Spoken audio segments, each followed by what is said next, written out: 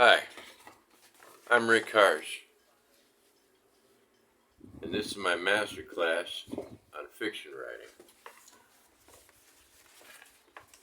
You can skip this ad in 3 days.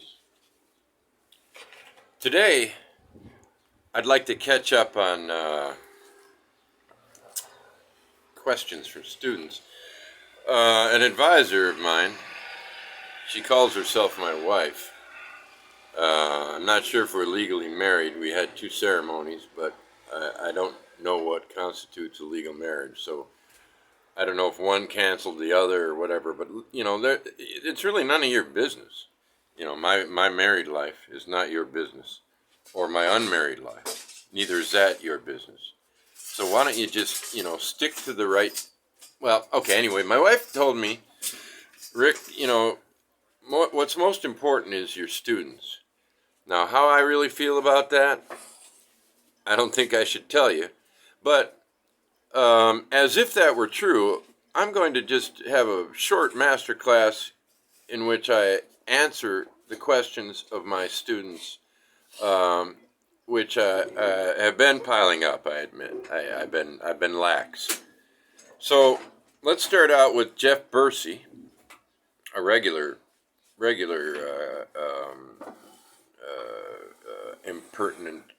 importunist. Jeff writes, "Why didn't you credit me regarding the Ljubo, as I was the one who explained how that worked to you?" Well, Jeff, because you didn't fucking invent it, did you? It just happened to be you. It could have been anybody. It could have been Gus down to the bar. Could have been anybody, Jeff. So suck it, dude, you Canadian. I like Canadians, and that remark would be stricken if I knew how to edit. So, Jeff, now you've been mentioned. Yes, everybody in the world knows that Jeff Bursey taught Rick Harsch about Ljubo. Okay? Happy now, Jeff? I hope so. Next question is from George Salis. George is writing a novel called Morphological Echoes. He has a novel coming out from Riverboat Books.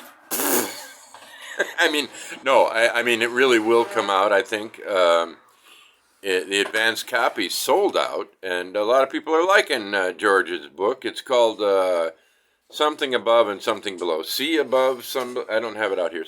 I do have it out here. Oh, but Riverboat Books didn't put the title on the spine. So let's get Jeff's book. No, this is George's book here. This is right here. Looks like it says "Sea Above, Sun Below." Yeah. I gave it 5 stars. I thought it was, extremely well written, and it should be out soon. But his question, he's been writing Morphological Echoes for more than a year, and just the first of, I think, 6 or so sections has amounted to about 300 pages. And his question is, Rick, do you think I need to finish it? No, you don't need to finish it. Enough has been heard about it.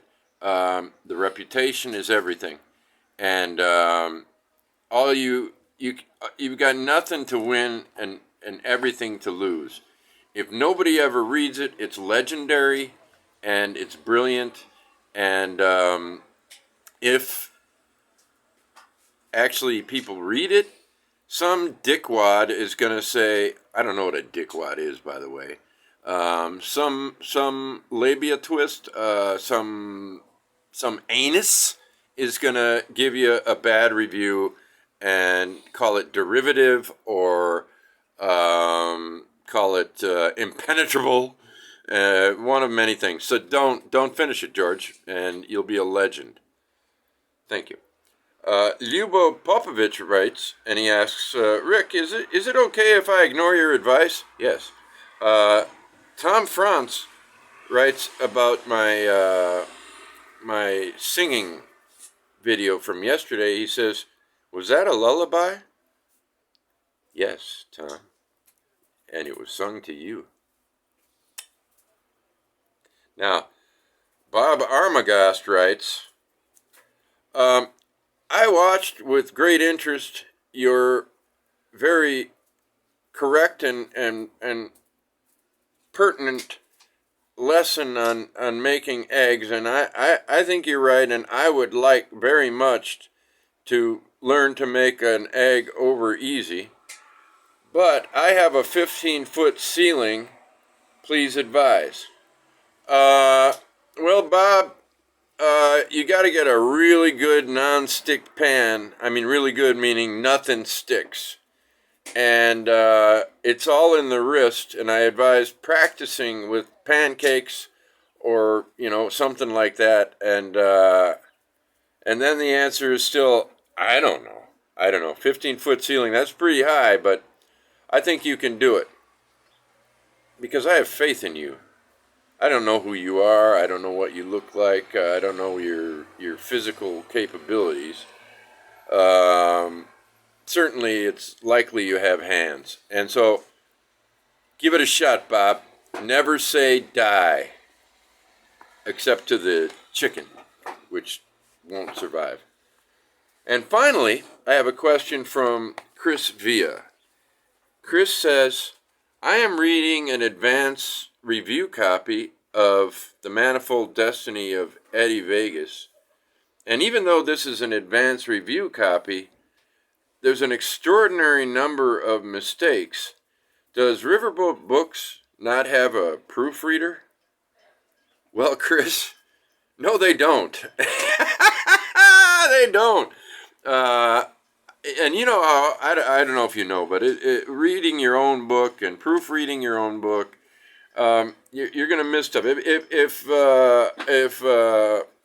Jesus of Bethlehem was a proofreader, even he would miss some things. So, proofreading is already really hard. So just imagine how hard it would be if you had, a bumbling moron for a publisher doing the proofreading himself. It's definitely skipping passages. And let me tell you that even in the final version, he fucked up something that I directly told him to change. There were about 50 things that needed to change for the final version. And as far as I know, he changed most of them. But I have this wonderful chapter title called Mind Enough and Lime. And it says Mind Enough and Lime, except throughout the chapter at the top of the pages, it says Mild Enough and Lime. Thanks, Peter. I love you, Chris. And good question.